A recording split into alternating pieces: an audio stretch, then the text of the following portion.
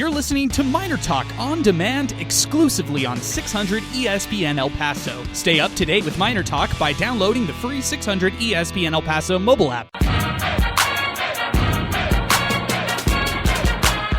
All right, MinerTalk is live.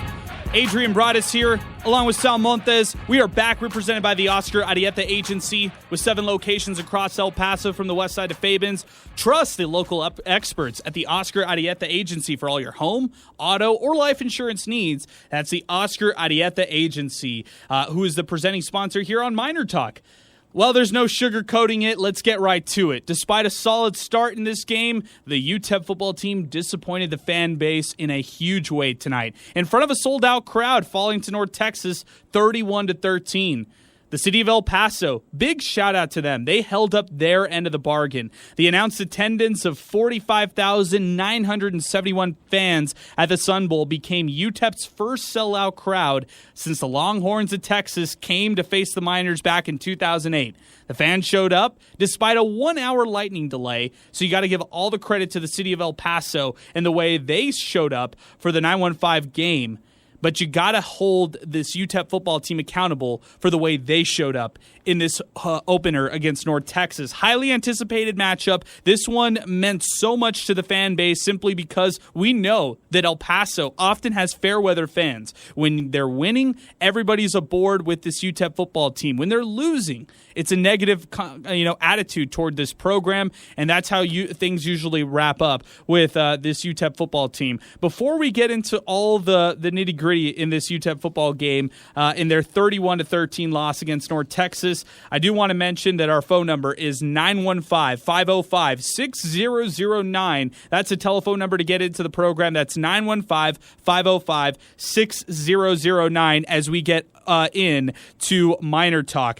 We are also, we're presented by the Oscar Arieta Agency with 7 locations across El Paso from the west side of Fabens. You can trust the experts at the Oscar Arieta Agency, and I really appreciate them for helping us out here on MinerTalk. Sal Montes is back. He did a great job on the broadcast and producing the show. Sal, before we get into everything, how are you doing? It's a disappointing loss for the Miners nonetheless. Oh, man. First, it's awesome to be back. Adrian, we're back in the saddle again. This is, year number 4? Correct. Or something like that. Year number 4. We've done so many, and I'll pick up that line in a bit as well. But it feels good to be back. Disappointing loss for sure. We talked about the expectations, and rightfully so. But, North Texas just showed they're the better team tonight all around.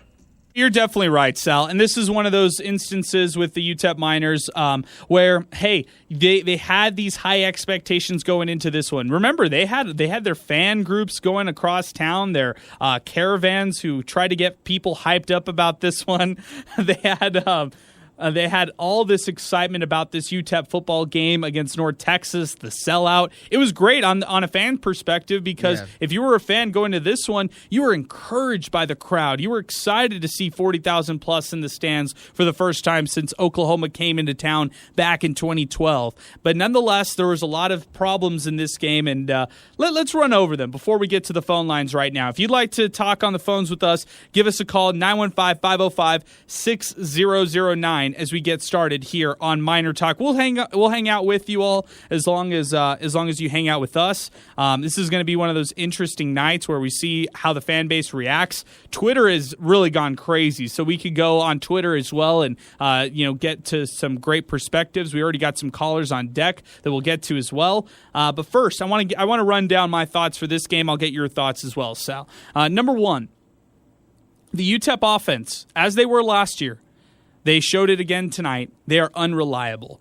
When they try to be too reliant on the defense, the offense always falters, not simply because they can't be efficient. They showed it tonight. They can have those big plays. They can have the hardest passes to Tyron Smith or Ray Flores all they want.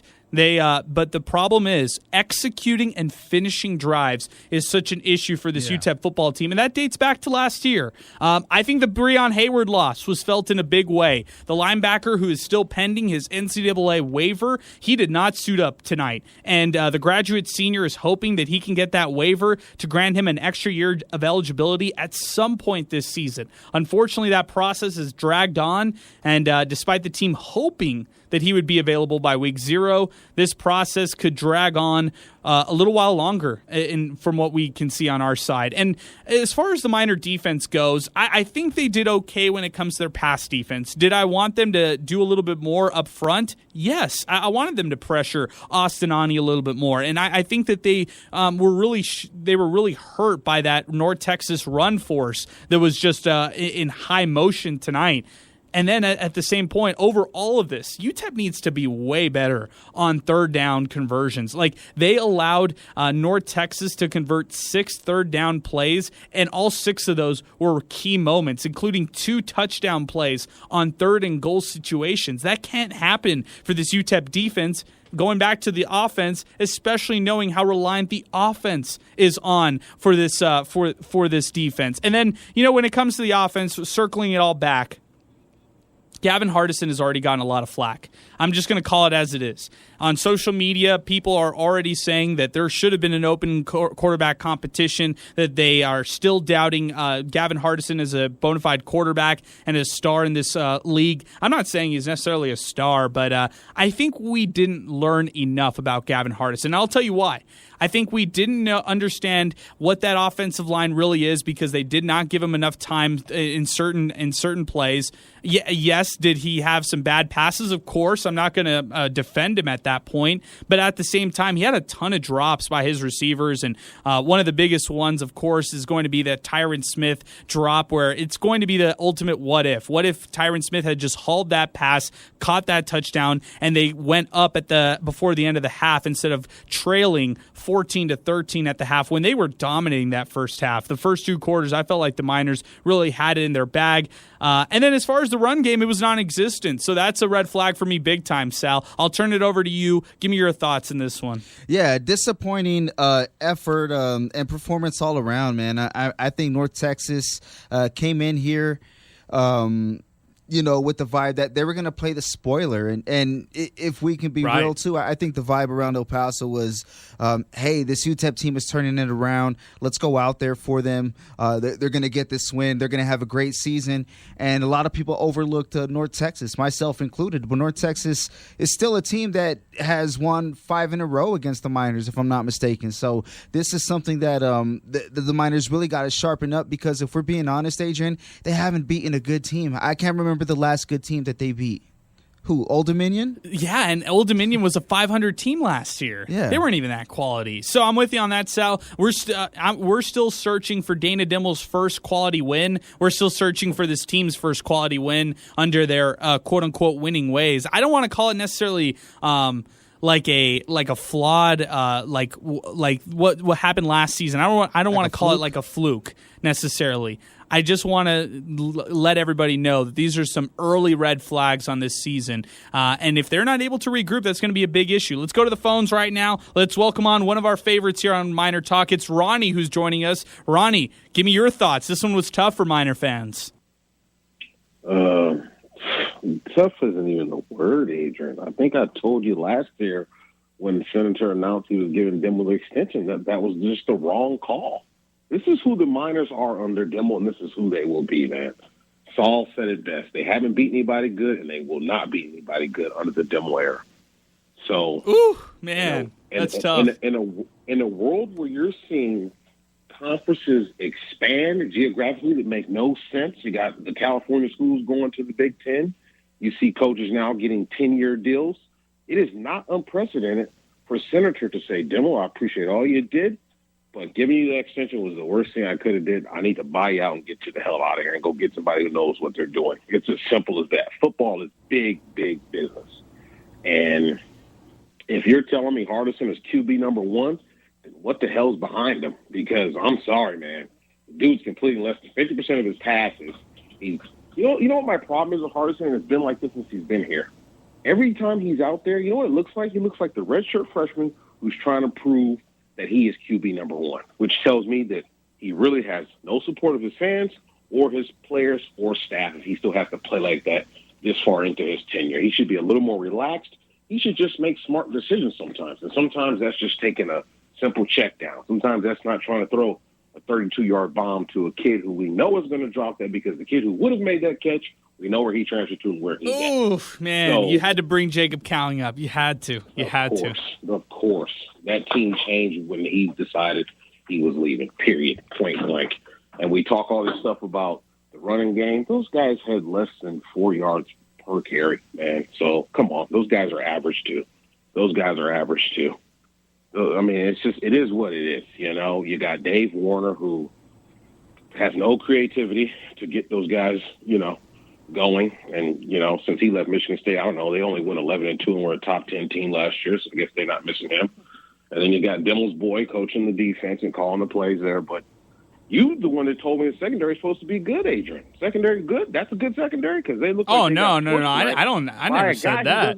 I never said that. I said D-line. I said D-line, and the D-line definitely disappointed. So there you go. It was from the secondary being disappointing to the whole defense was pretty disappointing. I'm with you. I mean, Dimmel's, come on, man. This is who he is, man. Some coaches were made to be assistant coaches, and that's what Dimmel really was made to be, right? Like that. Like, let's just be real about it. He was made to be an assistant with a good program, maybe a line coach somewhere, but he wasn't made to run a true program. On the flip side, you go look at Jerry Kill tonight and what they did in their opener at home against Nevada. Like, there's some promise there, right? He's got to get some pieces, but there's some promise there. You could give Dimmel Alabama, and they wouldn't win the national championship because that's just not who he is. And that's just time to call a spade, man. You guys all wanted Terry out of here when he, underachieved. Well, what is Dimmel doing? What is Dimmel doing? This is supposed to be the year, right? Because they had a great year last year. They built some momentum. They finally go to a bowl, and then they come out in a sellout crowd in an opener, which you ain't got to get too many more of those because who wants to spend their money and time when you can't beat North Texas? And, and then the thing that really upsets me the most about Dimmel, his post-game comment, if we play these guys 10 times, we beat them 8. Really? Because you've never beat them in your career, Dimmel. So what the hell are you talking about? Like, why would you say something so stupid and arrogant after the game?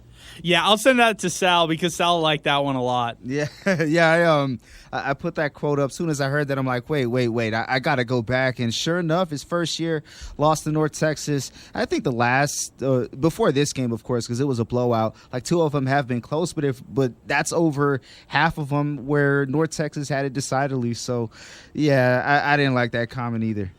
Yeah, that's tough, Ronnie. I mean, it's, I get all what you're saying right there, but at the same time, if UTEP wins this game, the narrative flips. It's Dana Dimmel off a winning season where he took the Miners to a bowl game. You have to understand, Ronnie, I mean, for UTEP football, this program has been so historically bad that fans will cling on to any kind of winning seasons and they'll hope that they'll continue that kind of success. Now, sustaining that success is something UTEP hasn't done since 2004, 2005, which is the last time you saw really back-to-back winning seasons with the Miners. So you have to understand where Miner fans are coming from when they set these expectations or I shouldn't even say expectations at this point. It's like more hope. They have all this hope invested in this team, and unfortunately tonight it just didn't start off on the right foot. It's still a long season. They could still pull off 6 wins. They have an easy schedule. They could still get back to a bowl game. So the sky's not falling, all falling right here, but it's about how this team, redeems itself after this week. I beg to. They're not going to a bowl game. I beg to differ. They're not. Like the way that Hardison played after everything that they went through last year, the way that they were going for it on 4th down in the first half, because that touchdown he threw, let's be honest, man, that is actually a horrible play call in that situation. It's 4th and 6? Yeah, fourth and then that fade play to Tyron Smith. Give me a break. You're going all or nothing? Like, if that corner doesn't come up and you get, like, come on, man. Like, that's not even a good play call. Like, if you're doing it that early in a close ball game, that tells me what you really are at the end of the day. Yeah, no, I get it, Ronnie. I appreciate it, man. Hey, we got a couple other calls to get to, man, but I really appreciate your phone call. Let's keep them going. 505-6009. That's our telephone number. That's 915-505-6009 as Miner Talk continues. Let's go to Keith, who's joining us next, live from Winnipeg. Keith, good evening. What's going on, man? Thanks for joining us. What time is it over there? Is it like 1:30 almost? Yeah, that's the time. All right, there you go, Keith. You hang on with us, so we'll throw you on the radio. What did you think of this one, Keith?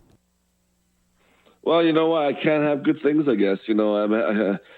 First off, it's been exciting to have football back, UTEP back, and it's exciting to have MinerTalk back. It's great to be on with you.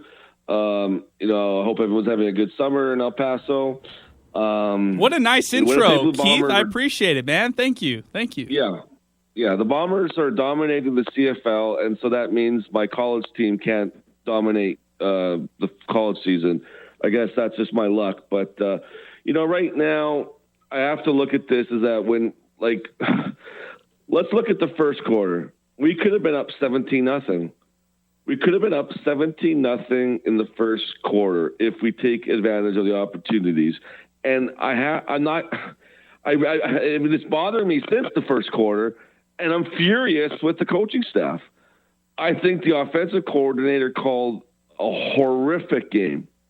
I mean, it's 4th and 1 at the goal line. We know what happened. And then it's 4th and inches, and now we do get a touchdown on that, but why are you throwing the ball like that? Even though it's a beautiful pass and catch, that should have been the 3rd down. I come into the season, Adrian, with so much confidence with this team. I really thought that we could be an 8-4 at best, even 9-3 team. I really did. And now I don't think that this team that we have, the team that you're watching at practice, is going to be at its best because of this coaching staff.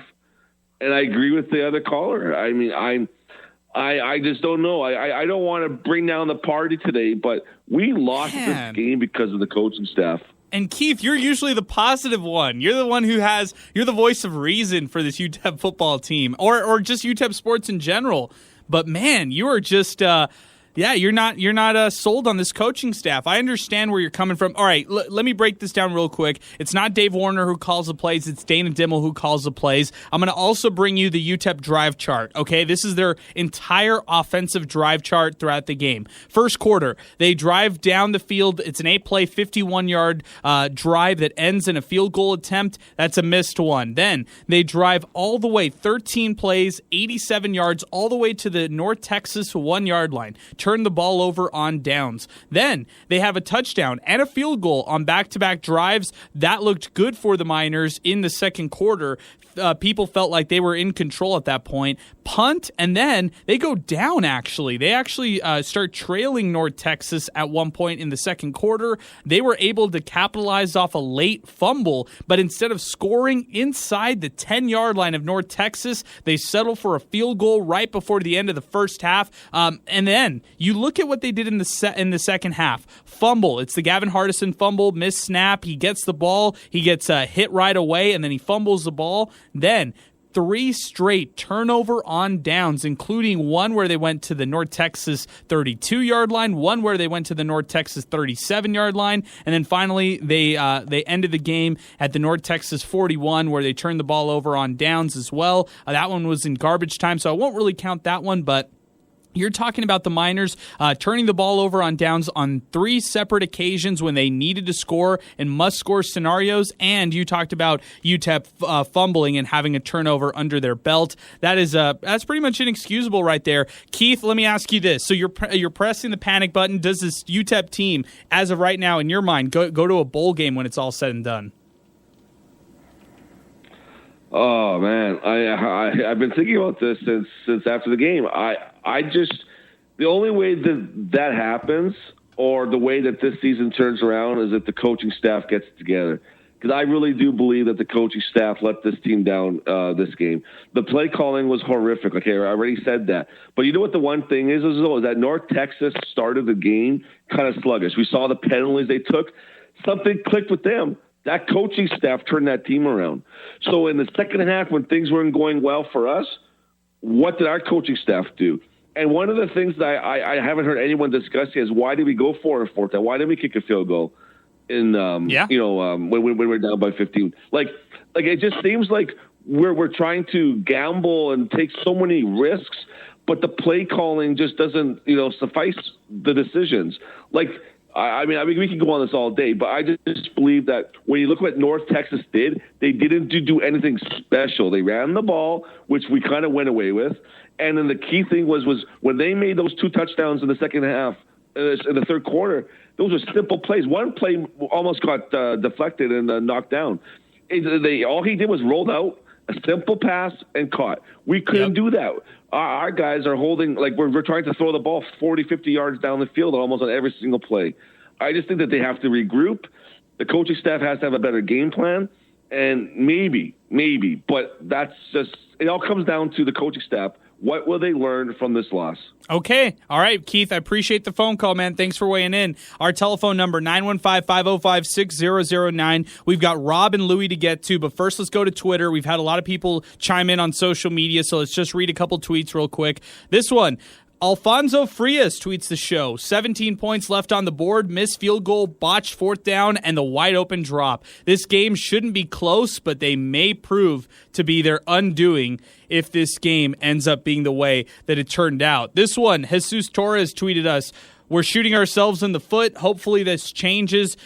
This game is important, and if we want people to keep going to the games. Hey, you're exactly right, Jesus. I talked about this earlier. UTEP needed this win, not just for, to start off their season off on the right foot and give them some momentum, but they needed this game in terms of just giving them that, they needed that one for the fans. The fans it's going to be tough to convince fans to come out when it comes to that NMSU game on September 10th, the Boise State game, which is a Friday. It's going to be tough to draw an admirable crowd just knowing that they lost in the way that they did in front of how many people they did. Kind of reminds you of how they fell in that UTSA game. Yeah. Sal, that game was so overhyped. It was the ranked Roadrunners coming to town. And what happened with the Miners? They were tight and they laid an egg. Yeah, I mean, there was energy there, but at some point that energy has to transition into plays, and it's all about the wins. I mean, the Miners finally had a big crowd for them. It wasn't for the visitor.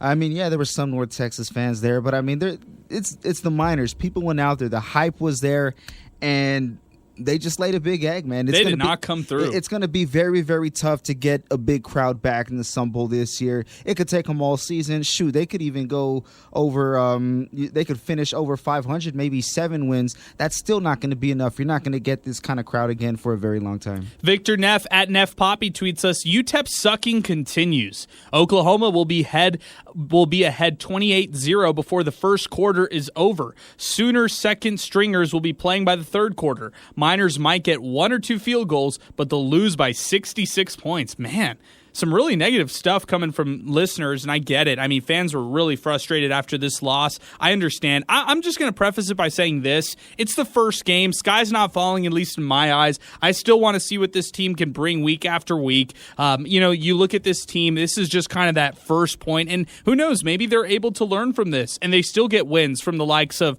New Mexico State and New Mexico. If they secure those 2 wins and make sure that they take care of business in those non-conference games, if they go into Conference USA play with a 2-3 record, maybe, thinking they lose to Boise State and Oklahoma, which, at least as of right now, those you could maybe think about those as losses for the Miners. If they go into Charlotte 2-3, I look at that Conference USA schedule and I can find 4 wins in that schedule right there. It's just about this team regrouping and not getting down after this loss. Let's go to Rob, who's joining us next on the phone lines. We got Rob, Louie, and Milkman to get to. Just hang on with us. For everybody who's been patient with us, really appreciate it. I know there have been people who are trying to get into the phone line, so just hang on with us. Let's go to Rob first. Rob, good evening, man. Thanks for listening and thanks for staying up with us. Yeah, thanks for taking my call. And I got a lot of thoughts tonight. My first thoughts is the box score. You would think, looking at the score, that there was a big differential on the box score. Well, actually, UTEP outgained them on total yards. They outgained them on pass yards by 60. They got outgained by rush yards by 50. Yards per play was fairly even. What do you call it? There was no interceptions by either team. I would say, looking at the box score, 0-0 after the first, 14-13 after the second. They outscored us 14-0 in the third and 3-0 in the fourth. So the deciding factor of the game was the third quarter. And I feel like that is all coaching. So the last couple callers nailed it on the dot. I feel like being there in person, there's no stat you could point to, but it just felt like from the eye test that they got easy yards and we had to struggle for every yard. And the most discouraging part was we were supposed to be strong up front. 4 of the 5 offensive linemen returning couldn't get Hardison any time to throw. On the back end, we had the strength of our team was supposed to be the D-line, and they ran through us like it was, a knife through butter. That to me was the most discouraging part. Yeah, that's their strong point. That was supposed to be the best defensive line in all of Conference USA. I'm going to read you a quick stat, Rob, while you're on this, because I think this should definitely be said throughout this one. Gavin Hardison had a sack in this one, and he was strip sacked as well. So they definitely got to him in this game. And when you look at their defensive totals on the North Texas side of the things, they totaled 8 quarterback hurries. Now let's go over to the Miners side of things, where again, this defensive line was supposed to be the best defensive line in all of Conference USA. 0 sacks. They had 2 quarterback hurries, and that's it. No forced fumbles, no turnovers whatsoever. They had tackles for losses, but those pretty much came in the run game, and they were not by your traditional defensive linemen whatsoever. I definitely want to put more emphasis on this one right here. The defensive line did not show up today. Exactly, and I heard the Dave Campbell's, breakdown, and they had been saying Austin Nani is not good when you get him flustered, but he's very good if he has time to throw. And I thought to myself, hey, we got a good D-line. We're going to get him flustered. That wasn't the case. They were able to do what they wanted. And then, as a couple of callers alluded to, and you did, the play calling, it was right before halftime. We're within the 10 on the 9-yard line. And 3 straight passes. We have Deion Hankins. I don't really get the play calling, but we got dominated up front. And the most discouraging part was, when you really break down North Texas, it's a tale of 2 halves. It's the Mason Fine era, which they were really good, right? And the post Mason Fine era, and they're not a good team. They're an average Conference USA team. It's not like we played 24th ranked UTSA Roadrunners. I think that it was very, very disappointing because there's not really a lot of expectations for this North Texas team. I remember 3 years ago, they came in here as a 28-point favorite. Our kicker missed a field goal to win the game. That game as a 28-point favorite, their best season in 10 years, was closer than this game where the spread was a point and a half, and basically everybody and their mom picked UTEP to win the game. That to me just screams all coaching, and it's very, very disappointing. And the last thing I'm going to say is I think Dimmo is the best guy for the job to get us from under 6 feet to the ground level. But I don't think he's capable of getting us to the next level. Ooh. I don't think there's a better coach in football to get us from that one win team to 500. But I don't think he can get us past a 500 team. I think he's got it. I think he's peaked as a coach, as a coaching staff, and we're gonna have to look to some Power 5 coordinator that's never got a head coaching job, somebody innovative, somebody that could get us to that next level. But I really do think he's peaked. Okay, I get you, Rob. Sal, I'll get your takes on this. Rob jumping it and saying, and he's like what Keith said, what Ronnie said earlier. They're just not sold on Dimmel but I kind of like the way he broke it down, that Dimmel got him from 1-win team to now a 500-win team, but maybe can't exceed that mark. What do you think about that? I'd say maybe attitude-wise, he's changed some things because we're starting to see that shift. But as far as offense goes, man, it's kind of that same old story. And what's the consistent thing under Dana Dimmel since he's been here when it comes to that offense? Oh, it's Dana Dimmel. He's the play caller. So I know guys are trying to get on Warner, but we saw the same thing with Canales, who's doing great things here. They're just not, being. I don't know what the case is. I don't want to make it sound like, hey, they're in trouble or anything. But from what I've seen, Dimmel's the one calling the plays. At what point is a coordinator even necessary? Well, yeah, that's a good point. I think that, the coordinator serves as somebody who's going to call schemes. He's going to probably change your personnel in and out. But I think Dimmel's going to be the guy at the end of the day who's calling all the plays, and that's how he wants to do it. Yeah. That's how he's learned how to do things like at this level, at the college level. So you're just going to have to ride or die with that. And I don't agree with all these jumping to conclusion thoughts as far as just being out on Dimmel just yet, or even thinking that he could be a successful coach, because I'm still, this is just game one. I mean, this is week 0 here for the Miners. Yeah. It's a very long season. I think there's a lot more in store for this team, but there are a lot of red flags that we can expose tonight, and that's definitely one of the things that I'm appreciative of listeners chiming in with their input on. Let's go to Twitter before we get to Louie. I appreciate, Louie, you hanging on with us, and appreciate everybody else who is waiting on with us as well. Our telephone number is 915-505-6009. We got Louie and Milkman to get to, but first let's go to Twitter. AAG65 tweets us, run game was horrible. North Texas did the Dak defense drop 8 in coverage, and they could go figure it out. Defense got gashed in the run game, thought that was going to be the strength of this team. Joe Chacon tweets the show, our good friend, go big and the sky's the limit, but fall short and here comes the fire. I don't want to reference anything, but David Lee said that he had a meaner breed, and that campaign was horrible. Sold out the Sun Bowl, and you made a lot of non-believers. Beat OU? ? I'm the optimist, but I'm watching this game. But watching this game was hard. Lots to fix. Get the money next week and come home to feast. Needs to be a feast, though, not a struggle against New Mexico State. And I'm going to be honest with you, Joe. The way that we saw tonight, I wouldn't be surprised if it's a struggle against New Mexico State. Yeah. The Aggies game against the Miners is never a given. That is not one of those games that you can put in pen that the Miners are going to win no matter what. The way that New Mexico State battled today, they figured some things out themselves with their quarterback and Gavin Frakes. They didn't like what they got from Diego Pavia. Why not use their other quarterback? And if things work with him, who's to say they can't beat Dana Dimmel's team in El Paso and shock people to get a win? So I wouldn't say that's a guaranteed win for the Miners, and saying that they're going to just kill them, I think that's far-fetched. Just it's too early to tell. And you know what, Adrian? If we look at that for conversation's sake, right? Let's say that they do fall to the Aggies, then they'll be on the road in Albuquerque, and then of course they'll be taking on Boise State.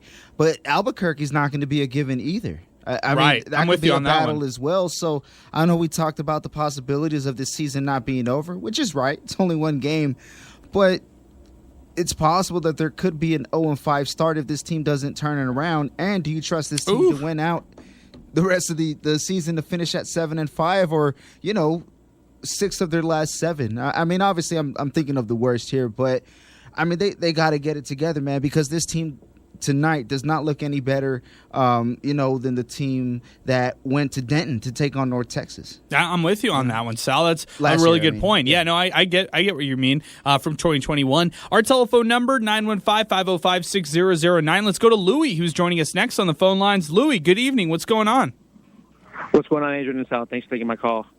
You know what, Louie? I should have said good morning. Good morning, Louie. You're hanging on with us past midnight. What do you think? What did you think of this one? I'm going to go a different route from some of our other callers. I'm not going to sit here and criticize some of our coaches who are paid 6 figures to call games. I'm just going to say simply, call a better game. But what I'm going to do is I'm going to speak towards, as what you called, Adrian, during the week on Sports Talk, some of the most fair weather fans in Conference USA. In a sold-out crowd, allegedly, 45,000, the Miners laid yet another egg. They did the same thing against UTSA. And, the performance they put on today was very disappointing. It was very disappointing. I understand. Hey, Louie, I understand. And you pack in all those fans. You get 45,000 plus here. You do this entire off-season long campaign to try to fill your stadium, and this is how you finish up. I mean, it's a nightmare. It's really a nightmare of turnout in terms of what ended up happening with the Miners. So many people were out there at the Sun Bowl, and they waited. They hung around despite that hour-long delay. I thought people were going to leave. Like, I thought people were going to turn around and start getting in their car and going home, but people hung around. They stayed there for over an hour just waiting in the concourse or waiting in lines, and that's the product that they got. No, Adrian, you hit it right on the dot on Twitter. It's some of the most UTEP thing to happen, a rain delay. How often does it rain in El Paso? It just baffled me that there was a rain delay. Fans stuck around, and to see this performance disappointing. I'm what you would call, a hardcore fan. I'm going to be here for every home game. But, I just know there's so many fans tonight that were there for the first time in, a year, 5 years, 10 years. And for them to come out and see the Miners perform like that was just so disappointing. I'll be glad for the Miners to get 20,000 for the Battle of I-10 in a couple weeks. It's just so disappointing. I'm heartbroken about what happened. I get you, Louis. Hey, I appreciate your phone call, man. Thanks for tuning in, and be sure to call us back here as Miner Talk continues throughout this season. Let's go to Milkman, who's joining us next on the phone lines. Our telephone number, we just got one line available right now. Our telephone number is 915-505-6009. Keep the calls coming. We'll definitely put you on. Just be patient with us and hang on with us. Milkman, you're next. What's going on, my man? Hey, how's it going? Milkman, we're hanging in. It's 1:45. We're ready to go. We got the tea out. We got the caffeine in us. How are you doing, man? Oh my! I am. Now I'm one who normally drinks the orange Kool-Aid, but I got to tell you, I have not been this disappointed, pissed off, upset in quite a few years, and that's saying a lot as a Miner fan. That's saying a lot, Milkman. That's saying a lot. I mean, we've had months to sell out this stadium, and you're telling me after your fans sat under that awning, couldn't even get into the stadium for an hour, still went out there and watched them, and that's the kind of performance you put on? That's the kind of heart you showed your fans with that 915 on your uniform? Like, I'm absolutely, I'm speechless. I cannot believe I witnessed that tonight. I've been looking forward to this game for weeks, months. I'm speechless. Like, I cannot believe that I witnessed that, and that's the kind of respect they had for their fans coming out to witness that. They're not going to get another sellout. I mean, good luck. It'll be 10, 12 years by the time they get another sellout. And, I'm somebody who followed them to watch the bowl game last year in Albuquerque. I'm furious. I cannot believe that I saw that. I mean, no heart. I got no problem with a loss. A loss is fine. If I see that you went out there and did your best, a loss, hey, you gave it all on the field. Watching this tonight was absolutely one of the most disgusting things I've seen in a long time, and that's saying a lot as a Miner fan. I mean, it's unbelievable. Man, Milkman, I get it. I get the frustrations. I think a lot of Miner fans feel the same way. I think that this one left a really bad taste in a lot of people's mouths. And, unfortunately for this team, they just did not hold their end of the bargain. El Paso held their end of the bargain. They hung around. They showed up in masses. You got to give a lot of credit to the fan base. They were loud when they needed to. And as soon as as soon as the Miners turned south in this game, the fans, they answered accordingly. They all left. By the end of the game, there was no one there, and rightfully so. It was deserved.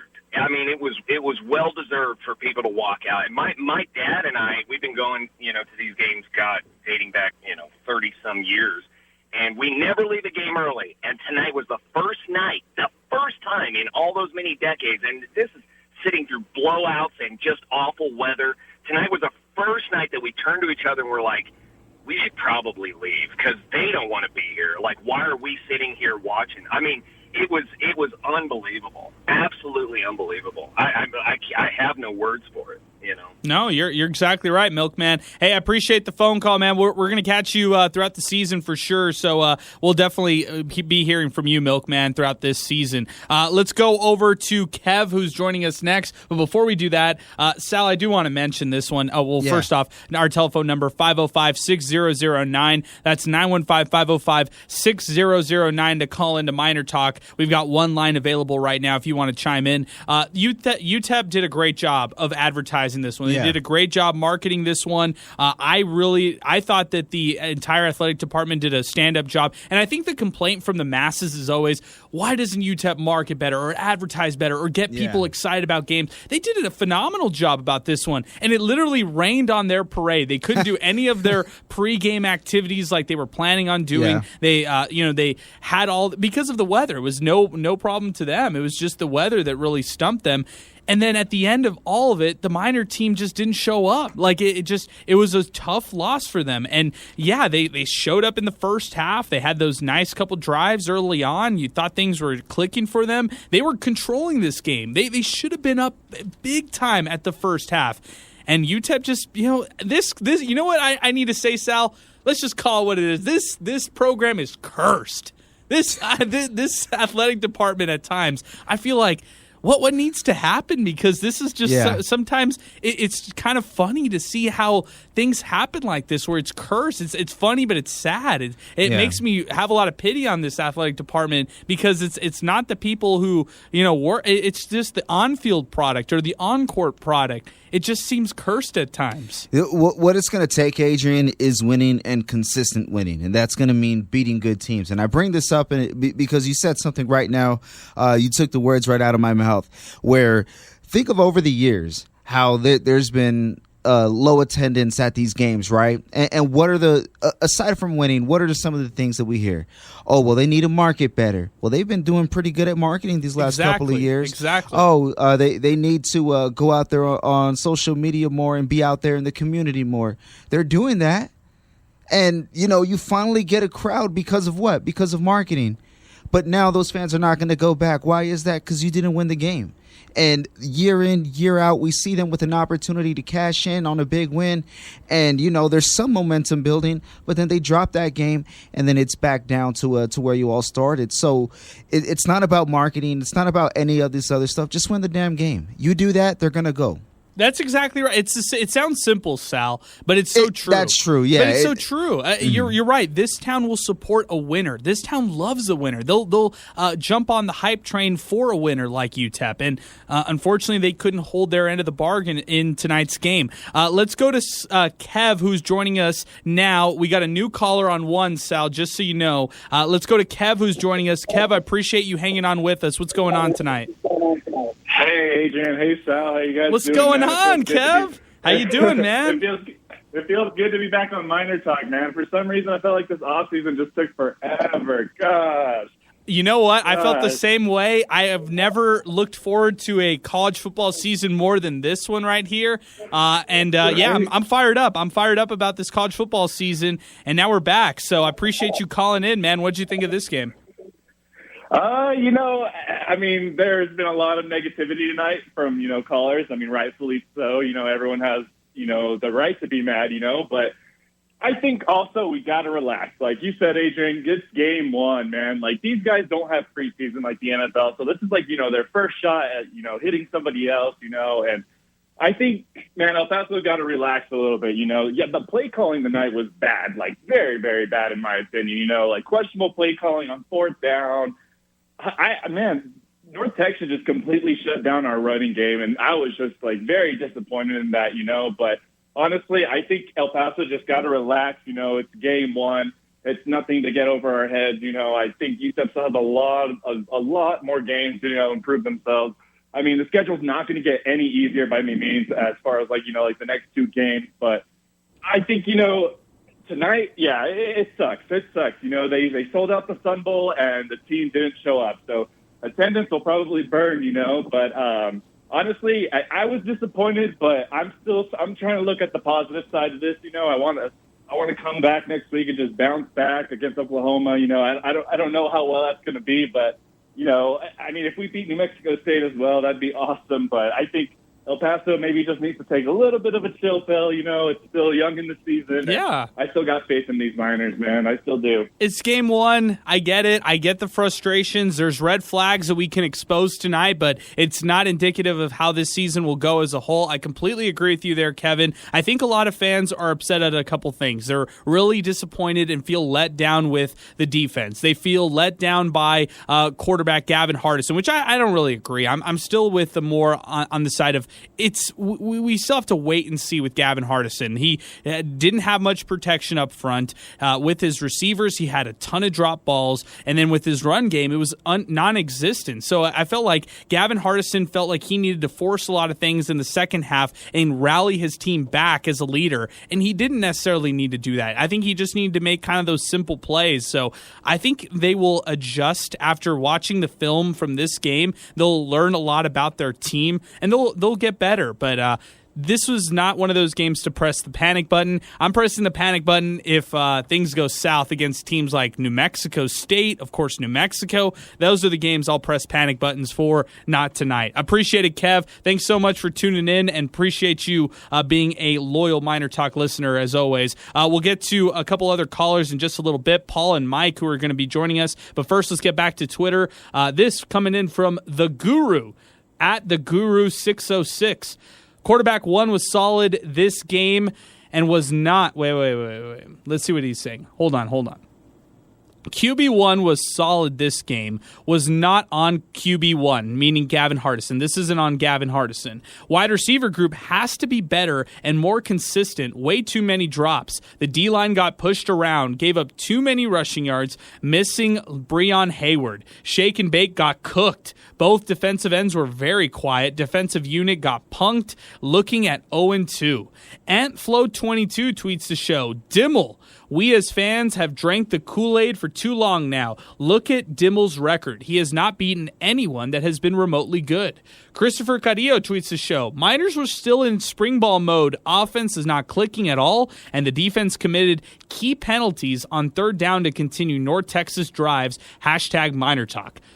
I'll throw the flip side, Christopher. I get that one call that you're talking about, which extended North Texas's drive. It ended into a touchdown. But at the same point, I thought UTEP got some home cooking on their side. They were getting some favorable calls come their way. I don't know what you think about that, Sal, as far as the officiating. I just chalk it up. It's first week officiating right there.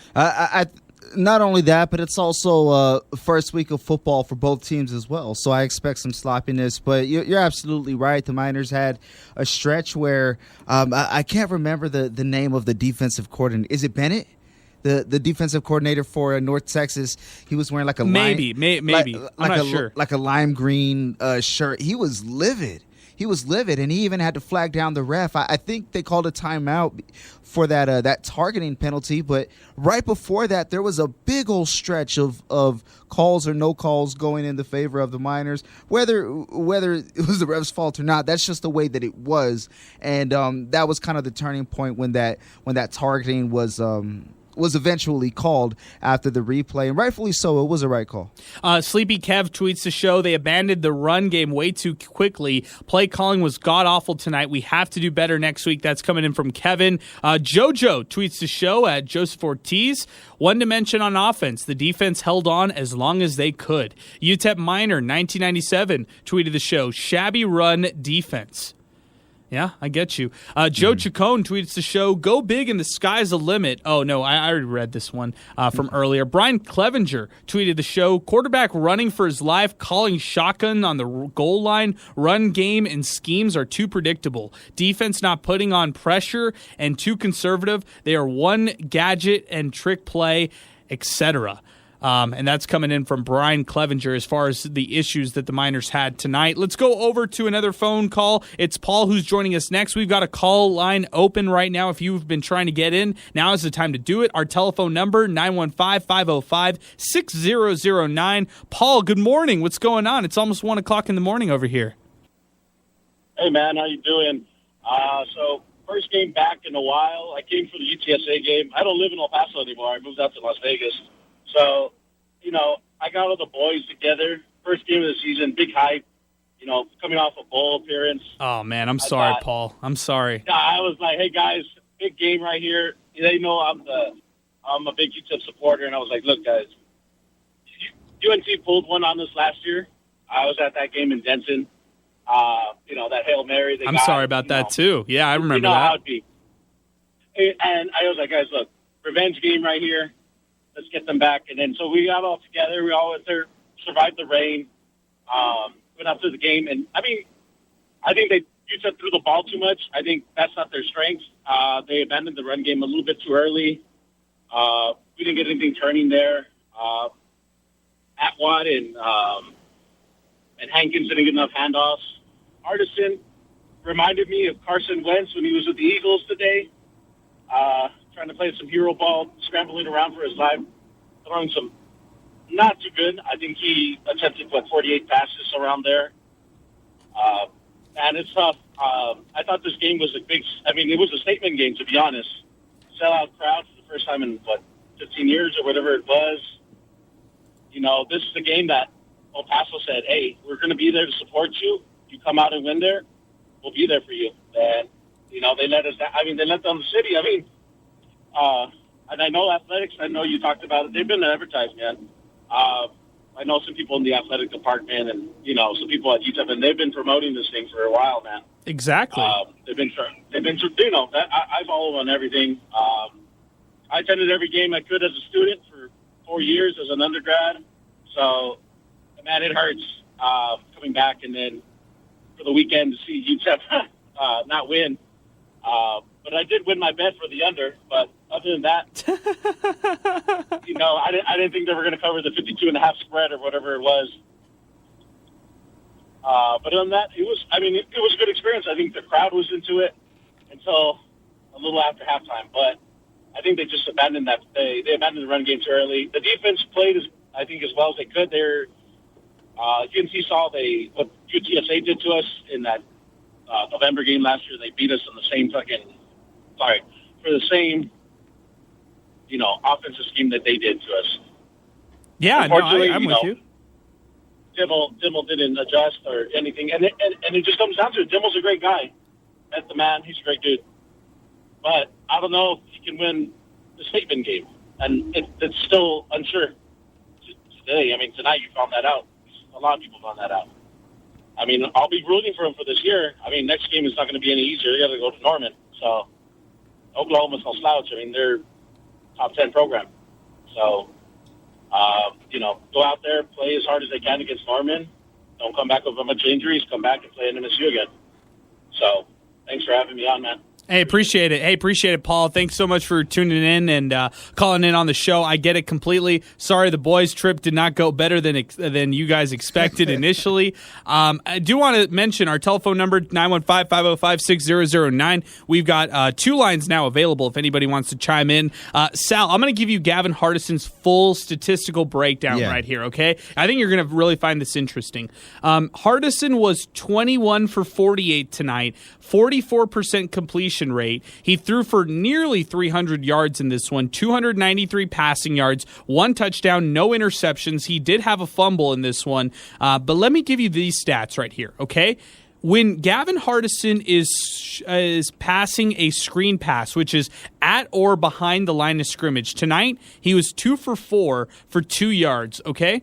So for his short pass attempts, which are 1 yards to 5 yards, okay, he was 5 of 7, 71%, 26 passing yards there. So he was efficient hitting the short targets, but they never really got those short targets going. Like nothing really, materialized out of those plays. Now the mid-range passing, that's anywhere from 5 yards to 14 yards. He was 10 of 27. Oh, that was abysmal. 37% when it comes to his mid-range passing, which again is 5 yards to 14 yards.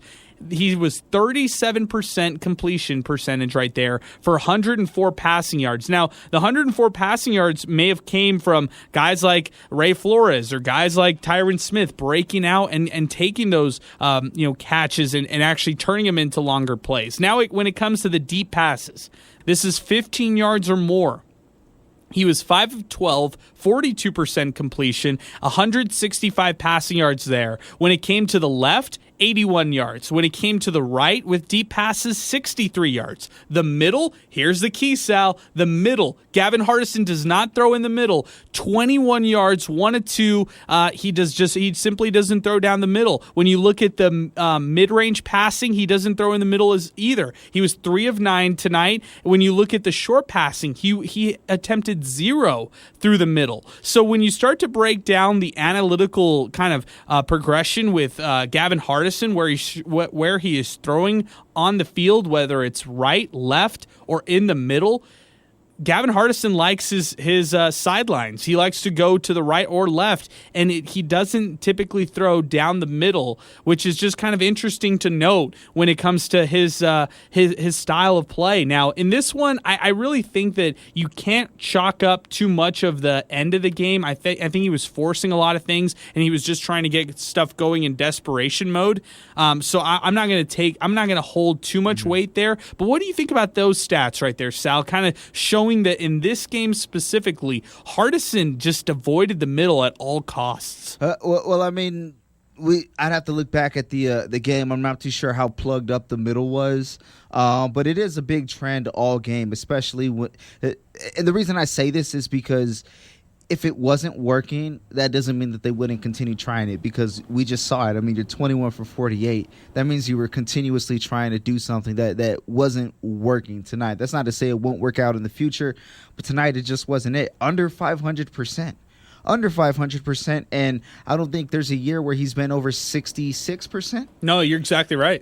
Right. So that's going to be a big issue, especially when they get into the deeper part of Conference USA, where a lot of these games are going to be in the air. And also, too, Adrian, something I'm looking at is, and I'm kind of straying away from Gavin Hardison, but in general with this Miners offense, we haven't really seen anybody just yet, only one game into the season, but we haven't seen anybody try to put this team on their back. True. Try to be that dog on offense. Last year it was Jacob Cowing. Right. And he's not here anymore, so who's going to be the one to take leadership of this Miner offense? Man, they really missed Cowing tonight. Big time. They really did. Jonathan Byers, Cole Freytag diagnosed what UTEP did on offense tonight, and I told you so. What would happen when teams shut down the deep ball? Well, we found out tonight. Eric Fournier tweets the show, "Fool me once, shame on you. Fool me twice, shame on me." UTEP football in a nutshell. Oh, man. Herman Flores, not surprised Dimmel laid a massive egg in front of a sold-out home crowd. He's 1-6 in his last 7 games. He had a cupcake schedule last year. This is the last time I did not drink the Kool-Aid. This is coming from Mr. and Mrs. Potter. Good friends of the show. Really embarrassing showing, particularly upset with Dimmel. The team looked unprepared and did not look ready for the moment. Everything was on the line, a lot of self-inflicted issues. Tristan Pence tweets us, "Hey Tristan, what's up, man? Good to hear you back with us here for another season of Miner Talk. UTEP simply left too many points on the field in the first half. It is alarming how inefficient the Miners are in the red zone, which was a problem last year. The coaching staff does not have the Miners ready for this game. The second half was embarrassing." Tristan continues it by saying, "I'm not giving up on this team. However, there are issues that carried over from last year. UTEP has to improve on its run game and become more efficient in offense. The untimely penalties need to come to an end, too. It's great to have Miner Talk back. #picks up." So appreciate that, Tristan. Always appreciate your tweets, and definitely want to continue to have you here. Join us on Miner Talk. Let's take a timeout right now, actually, and then we'll hit our legal as well. As you're listening to Miner Talk, presented by the Oscar Arieta Agency. We'll be back with a couple callers right here on 600 ESPN El Paso. Streaming worldwide through the 600 ESPN El Paso mobile app. 600 ESPN El Paso is KROD El Paso, a Town Square media station. The Oscar Arieta Agency wishes the UTEP football team a successful season. Here's a special message from Oscar Arieta. On behalf of our agency, we want to wish the Miners a great season. Stop by our booth on game day at the Sun Bowl to register for some amazing prizes. Go online to riseup915.com to enter for some giveaways. Let's rise up, El Paso, and go Miners! The Oscar Arieta Agency, the official insurance agent of the UTEP Miners. You might know the Oscar Arieta Agency for being the official insurance agency of the UTEP Miners. But what you might not know is that the Oscar Arieta Agency is celebrating 25 years of serving our community. Here's Oscar Arieta. Thank you, El Paso, for trusting our agency for the last 25 years. I am proud of my amazing team for bringing excellent customer service and dedication to keeping you in good hands. 7 locations across El Paso from the west side to Fabens. Learn more at OscarArietaAgency.com. The Oscar Audiota Agency, celebrating 25 years of keeping El Paso in good hands. From home, auto, and life insurance, the wonderful people at the Oscar Audiota Agency can make purchasing insurance easy and affordable. The Oscar Audiota Agency prides itself in customer service. Let one of their local agents build a customized proposal for you. Visit any of their 7 locations to get started on a quote. Or go online, OscarAudiotaAgency.com. The official insurance agent of the UTEP Miners. Go Miners! 600ESPNElPaso.com.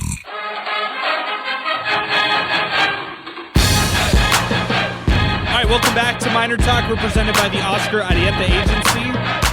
7 locations across El Paso from the west side to Fabens. Trust the Oscar Audiota Agency for all your home, auto, or life insurance needs as we continue here in the wee hours of the morning. Miner Talk, it continues. Mike Cuviello, friend of the program, former intern, former coworker, and still a good friend of ours out in Amarillo, who's joining us now on the phone lines. Mike, what's up, man? Great to hear from you after a while.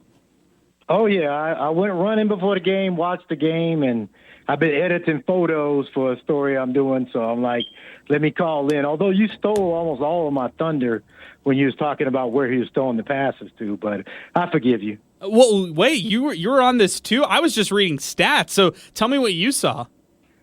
Well, we've had the same problem for a great amount of time. We don't use the middle of the field. We don't use our tight ends. We didn't complete a pass to our tight end once again, and we don't use our backs at all. So it's all or nothing. It's like either dump off, to one of the wide receivers, which almost never works, or we're going deep down the field. We're running almost like a schoolyard offense. I mean, why are we in the shotgun every play when the running game is supposed to be the strength of our team? I just don't understand it. You got 4 guys returning. Use your running backs. Even on the first drive, which was successful, they still, because they had a little bit of success in the passing game, they continued to basically ignore their running backs. You have to establish a running game. You got 2 backs that are supposed to be contenders for all conference this year, and we basically relegated them to basically watching the game. And I just don't understand it. That's why I wish we had given Ike a chance to be the offensive coordinator rather than being Dave Warner in, because I felt like what he did with Angelo State, one of the top offenses at that level of football, and giving somebody else the reins, I don't understand Dimmel's offense at all. And I feel like you're taking way too many chances with a team that hasn't established itself yet. You have to gain confidence. We don't do things to gain confidence with our offensive players.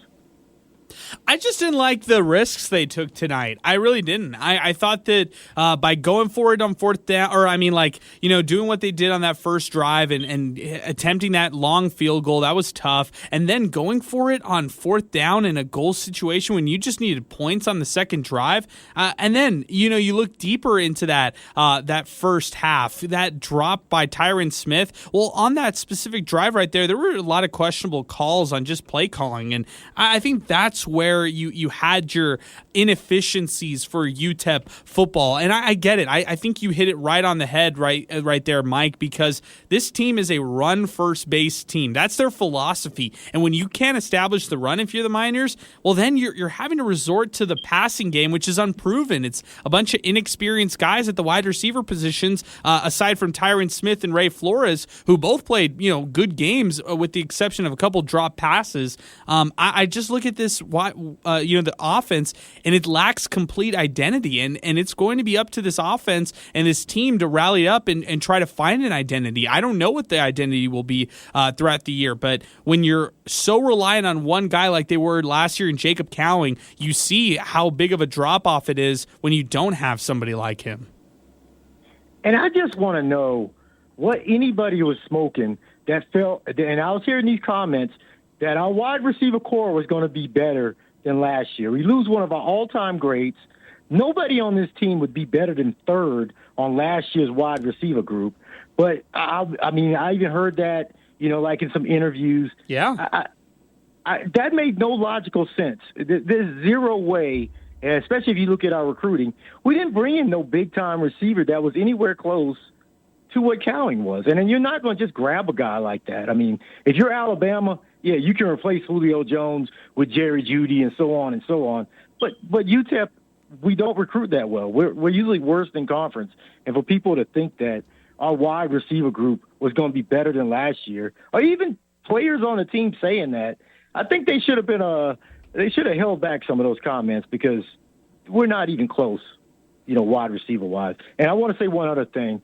How do we only get 2 hurries? The other team hurried our quarterback.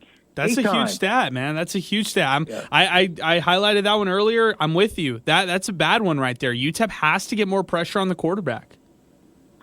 And I'll let you go because I know you got a lot of people still waiting. But the one thing I believe a lot of fans, and I believe this team underestimated North Texas, one of the best coach teams in the league.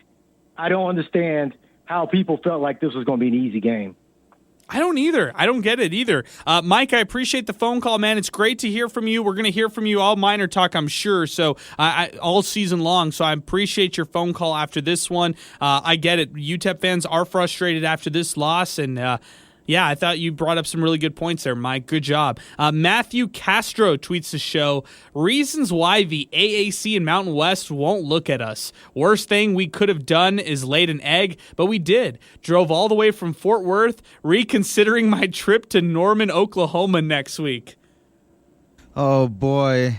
That's going to be a tough one, especially when people expected the Miners to be 1-0 going into Norman. Exactly. But in all honesty, though, Adrian, I mean, it's still early on in the season. I know that it sucks that you, and I sound like a complete hypocrite, but I know it sucks that you lost to North Texas in your opener when you expected to win.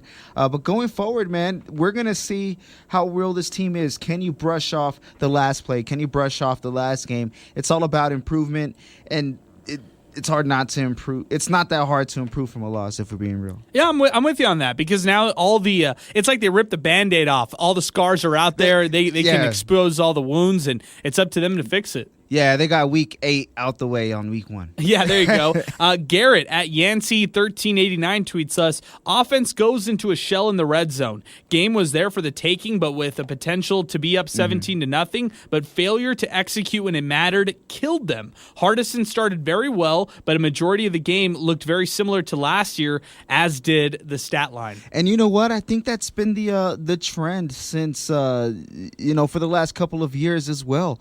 They haven't been a threat in the red zone when it comes to touchdowns. Yeah, they might be one of the better scoring teams in the red zone, but a large percentage of that is coming from field goals. And when it comes time to win games, you got to score touchdowns, especially when it matters the most. You got to cash in on opportunities. I mean, when we look at the dropped pass by Smith in the first half, that was huge. The missed field goal by Beckley, that was huge. A lot of dropped passes as well, and just missed timings on runs. Good teams don't make those mistakes often, if they make them at all. And the Miners made a lot of those mistakes. You got to brush up on the little things. Drew808 tweets us, at Lex Hernandez, that was the quietest sellout crowd I've ever heard at the Sun Bowl. Sad to say that a lot of people were there to see their kid perform and not into the game. My section had a lot of people, but none of them were cheering. I heard 20,000 louder because they were all there for the team. It's an interesting thing. It is, but I'll throw this out there. What did they have to cheer for? There you go. There you go. There was not a lot. In some of those other games, the Miners are more competitive. They're making these big plays. Hell, they're winning, in the fourth quarter, or they're coming back, and basically the momentum was killed even before they hit that field goal to get within 1 to close the first half. Right? I mean, I'd say pretty much for about 2.5, maybe 3 quarters, it was all mean green in this one. Yeah, I also think that it's unfair to where it was at its peak. Like at its peak, this one was insane. The fans were crazy. So I think it's unfair to where this game really was when it was rolling at some degrees. Duke Keith giving us a shout out to the real hero. He says, shout out to the real heroes, Adrian and Sal. Hard lessons for the Miners tonight. Stings because of all that went into it. But it's really just one game. Pick up that check next weekend and see how things stand against New Mexico State. #MinerTalk. TaylorMade Basketball tweets the show. Let's be real. Dimmel calls plays because he won't trust anyone but himself. But has that worked ever? And how dared Hardison pick this game to honor a fallen teammate, then give that personal performance? The defense was tired the minute the game started in week 1. How does that happen? Yeah, I wouldn't go there when it comes to the Luke Laufenberg thing right there, TaylorMade, because that's more about leadership and more about being just a veteran on this team. So I don't really like that comment right there. But I do agree with you with the defense was tired the minute that started in week 1. They definitely looked gassed late in the stretch. So I'm with you on that one, TaylorMade. Yeah, the Luke Laufenberg tribute's going to happen whether it's a good game or not. You know, exactly. The result of the game is not tied to what wearing that jersey means. So yeah, I don't really like that one either. Yeah, and he wore that proudly. Babe Laufenberg in the stands as well. So yeah, I love the fact. Shout out to Babe too. He was here. Yeah, exactly. Let's go to DeMayor. The mayor of Las Cruces. That's right. Eddie Morelos, our guy who's joining us next. I sat just a couple feet from him, and we were chatting throughout the game. Eddie, now that you're home, now that you let this one digest, what'd you think about it? Oh, my. So many thoughts, Steve. So many thoughts. And another one just came up as you were talking right here a few seconds ago about how the Miners kind of died out at the end. And I just thought about it as I was, okay, let me tell you about my day, Adrian. Real quick, I was driving. I was listening to you with your pregame with your pregame show. You were talking about how you were sweating so much. It was humid, right? Right. I was. So then I get to the parking garage. And it was humid in El Paso because it just rained. So humid. And then I start walking up the hill. Everybody who's walked the hill from the parking garage knows it's a walk. And I started sweating. So you're sweating bullets like me. Yes, bro. Okay, so I get inside, sit down. Sure enough, like you explained it, sweating. And now that I think about it, you were talking how the Miners lost so much energy. Okay, North Texas is where? Denton, Texas, right? If you've been to Denton, Texas, there's a lot more humidity, right? It just makes me wonder, playing devil's advocate, did they have a little edge there? Practicing in so much humidity where we are here in the desert in the dry heat. Just throwing that out. You know what? I mean? I'm not going to discredit it. Go ahead, Sal. You know what? I would love to agree, but I'll say this: it's been pretty damn humid in El Paso these last couple of weeks, and then on top of that, not that long. Come on, Sal. Yeah, come on. It's by El Paso standards, it's been the Amazon forest. but no. Another thing too, man, is like a lot of these other teams, they would be tiring out, by like the second quarter or so because of the elevation. So I like it, man. We should come up with our reasons outside of football for why a football team lost. I said, just playing devil's advocate there. Devil's advocate. I got you. Oh, man.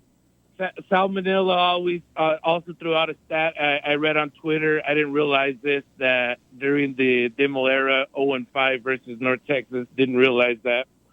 And like everybody's been talking about, and like you said, Adrian, I was right there watching the game with you. So the run game on both sides of the ball for the Miners, I saw at the end of it that Hankins only and I think what's the Awat, yeah, Awat only ran the ball a total of 18 times together. You know what I mean?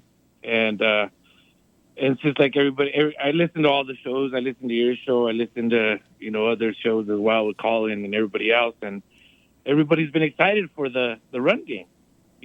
And well, unfortunately, it wasn't what it was we were hoping for tonight. And then on the other side of the ball, on the defensive side, I just remember, dude, number 39. And they controlled the ball in the fourth quarter.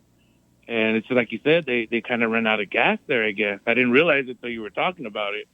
But the North Texas just kept running that ball and kind of controlled it there. And it's like you said, great show because the Miner fans are showing their passion for their team. It's really cool. It's like people don't even realize how passionate the Miner fans really are because, they're kind of taking a loss tonight and everybody's just showing their passion, really upset and disappointed. And, there was one caller who was really passionate and it got me excited. And, then you guys come back and remind everybody, hey, this is the first game of the year. Week 0 of college football, college football has started, and we got a lot more weeks to go. And I'm really excited to just watch all the different college football, from the Miners to the Aggies. Aggies fell tonight against Nevada, and then all the way across Pac-12, ACC, all that good stuff. You know me. There you go, man. Hey, Eddie, I appreciate it so much. Thanks so much for always tuning in and calling in as well. So, hey, we'll catch you soon, man. This Oklahoma game might not necessarily be that game where a lot of people call in, but we'll catch you for NMSU UTEP. That'll be a lot of fun. Thanks, Adrian. Have a good show. All right, have a great weekend, Eddie. It's great to talk to you. The mayor of Las Cruces, Eddie Morelos. Not really the mayor. Everybody always asks me, hey, you get the mayor to call in on the show? No, that's our guy, Eddie Morelos, who we just call the mayor. Jonathan Byers tweets the show. 2 sellouts, 2 blowout losses. So is the Dana Dimmel era, so is Dana Dimmel still the guy to help us get to the mountaintop or what? I say no. But you knew that even already. Can't even beat North Texas. Look at my current Twitter line to look at my thoughts and observations on the game. So that's coming from Jonathan Byers. This is coming from El Paso Visuals Deportivos. Ivan. How can Ronnie say that a pass play on 4th and 6 resulted in a touchdown be a horrible play call? He went for a pass for more than 6 yards and again a touchdown. I think he meant that it was a bad play decision. It worked out. It kind of was real lucky for the Miners in that sense. But I see both sides there, Ivan, and of course what Ronnie ended up saying. Cesar Cubillos tweets the show. The missed field goal, the blown sure touchdown, and not scoring a touchdown on that turnover in the red zone all hurt badly. But it seemed like the big swing was the targeting penalty. Here's to hoping it gets fixed against NMSU the next home game. This coming in from Mr. E. Oh, man, Mr. E, we missed you. Terrible letdown from UTEP football. Don't wear that 915 helmet until you're ready to have your heart like El Chuco Town. Build it up for nothing. Clear your heads and get ready for the next one. #MinerStrong at 600 ESPN El Paso. Ivan tweets the show. Calma. Telling everybody to chill out. Steve tweets the show. Did not look like a sold-out crowd to me. Still pretty packed, though. Wonder if a lot of people decided to leave during the rain delay. I think so, Steve. I think people decided to leave during the rain delay, and I think it just deterred them from actually going. So I agree with you there. I see what you're saying. Also, Julian Segura tweeting the show.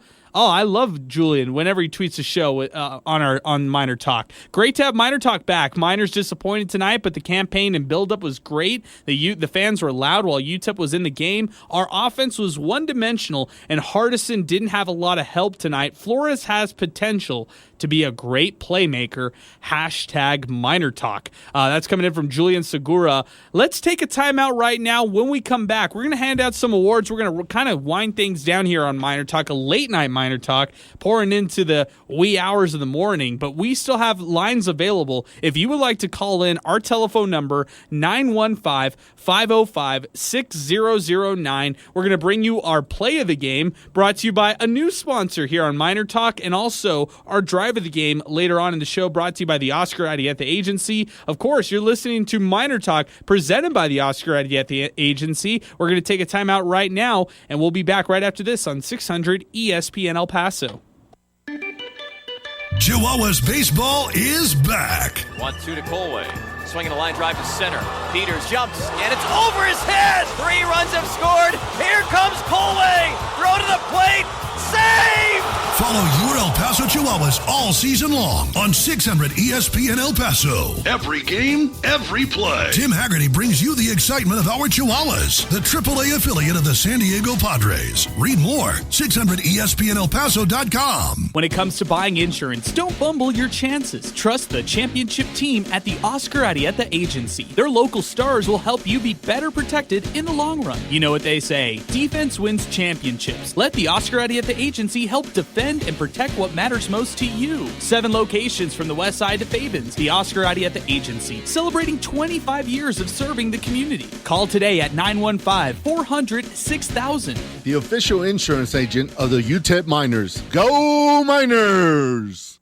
Football is back in full swing, and Specs is here to get you geared up for game day. Shop lower prices on all your favorites and expand your lineup with a huge selection of world-class wines, spirits, beers, and gourmet foods.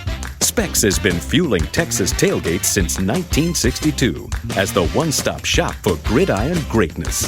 When it comes to fantastic football feasts, it's Down Set Specs. The fun starts here. Hey, it's Max Kellerman, and you're listening to 600 ESPN El Paso. In a story because you don't want your name attached to it? All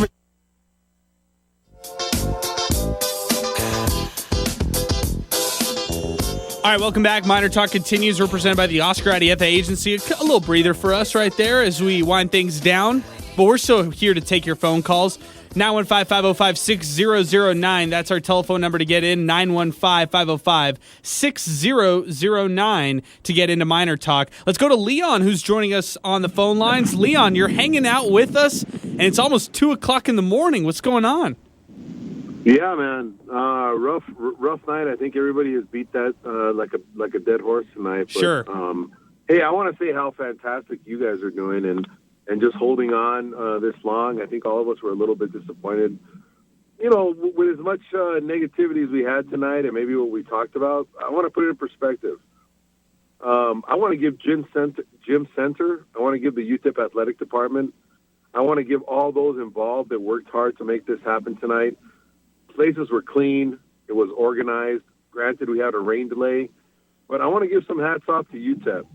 I think in the past we've seen how, you know, even last year during San Antonio, how the trash was left, how people didn't have a lot of pride. And you know what? Barring any conflict that happened tonight with the game, this is one game. They're going to get better.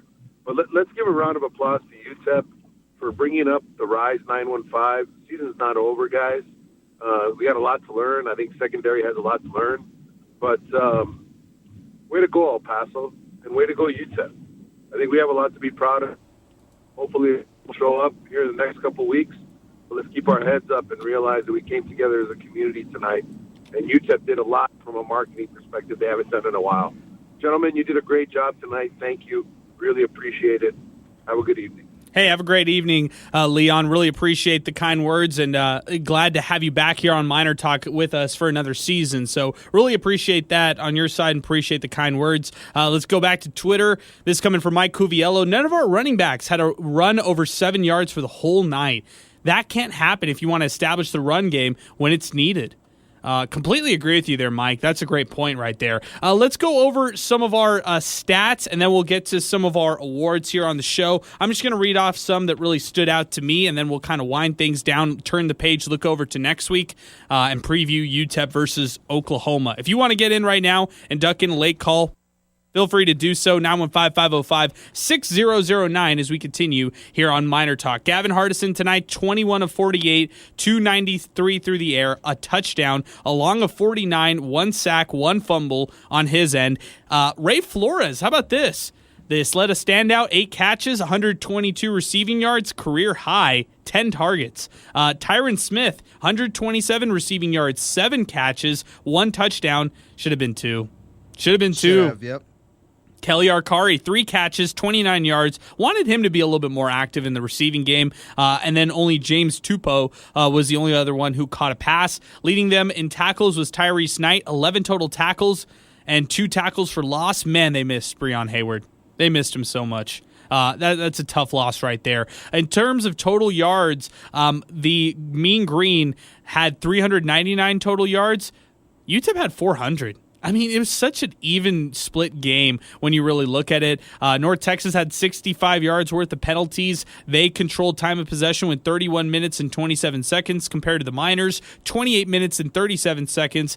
Third down conversions, North Texas converted 6 of 12, but they converted 6 of 8 when they really mattered, and they were 5 for 5 in red zone chances. The Miners were 2 for 3 in red zone chances, and they were 7 for 18 when it came to third down conversions. Yeah, North Texas just able to come through when it mattered the most, and that was the big difference. And if I could let you all know my favorite stat real quick, this might be a little bit different, but before I say it, what do you think my favorite stat is so far on this game? Okay, let me think about this. Hold on. Are you going rushing yards? Just guess. I'm not going to tell you because I don't want to ruin it. Okay, I'm guessing rushing yards. All right, no. My favorite stat here is Sloan. 1 punt for 45 yards, and I'm going to tell you why. Okay. It's a good boot, but he only punted once. So that tells me that this offense was moving. The offense just didn't cash in. But if you have your punter going out there once, that's a pretty good sign. You're right on that, Sal. I didn't even notice that. But Sloan only punted once, and I can't even remember the time he punted. I think that was in the second half, or actually late in the first half. That's when he punted. And then the rest of the times, Miners just turned it over on downs. They could not execute and finish drives, and that really hurt them down the stretch. Let's get over to and welcome on one of our newest sponsors here on MinerTalk. It's Specs Wine, Spirits, and Finer Foods. Man, Sal, we love Specs, right? I mean, come on. Spectacular. Exactly. You could raise the bar on your next tailgate with Specs Wine, Spirits, and Finer Foods. The fun starts here with Specs. Want to let you know that if you're looking to step up your cocktail game, you can get insider info on seasonal releases or online for same-day delivery. You could just go to specsonline.com because the fun starts here with Specs. They bring us our play of the game each and every Miner Talk. How about that? We got Specs on board. Sal, we're really up in our game over here. Yep. I think this is solid. Yeah, might have to have some pregame treats one of these days. I don't know. Yeah, I'm with you on that, Sal. I like that. Hey, for our play of the game, it's a pretty easy one. It's the one and only touchdown for the Miners. In this one, it was the Tyron Smith touchdown catch that he hauled from Gavin Hardison. Let's hear the action from voice of the Miners, John Teicher. Hardison's going to throw. He lofts it up the left side. And it is caught. Tyron Smith at the goal line. Touchdown, Miners! 31 yards. Tyron Smith in this one, our play of the game. And again, that is brought to you by Specs and what they were able to do with us here on Miner Talk. Really appreciate Specs. Hey, we're going to turn the page, look over to next week for the Miners. They have the Oklahoma Sooners. Boy, what a gift they have next week in one of the best teams, if not the best team in all of the Big 12. But with that Oklahoma team, they're coming out. They didn't have a game in week 0, so they get a chance to watch all this film on UTEP, learn all about the tricks that the Miners will show, and they can game plan accordingly. So this is going to be an uphill battle for the Miners to try to just stay competitive. Going to Norman is going to be tough. It's going to be very hot out there. We thought it was muggy and humid out there tonight. Well, how about in Norman? It's going to be a scorcher over there. Yeah, and also it's a road game too. There you go. It's not just the fact that they're going to Norman. It's the fact that they're going from El Paso. Basically, every stadium's far from here if you're not Aggie Memorial Stadium. But it's an afternoon game as well, so it's kind of like half of that day is a little bit gone. So the feel and the preparation might be a little bit different. Also, you're going into Norman. I don't know if I said that already, but it's kind of a big deal. Hey, I really appreciate everybody who tuned in to the first edition of Miner Talk for the season. This is year 4 between myself and Sal Montes. I can't thank everybody enough for all the great response we got on our season preview podcast. We got a ton of downloads, ton of listens and stuff like that. Got a great response, and I really appreciate everybody doing that. We will podcast this Miner Talk tonight. We'll archive it, so the people who could not wait up until 1:30 in the morning, they can definitely catch this replay as well. But as we wind things down for Sal Montes, I'm Adrian Brada saying so long. Thank you so much for listening to the first edition of Miner Talk for UTEP football right here on 600 ESPN El Paso.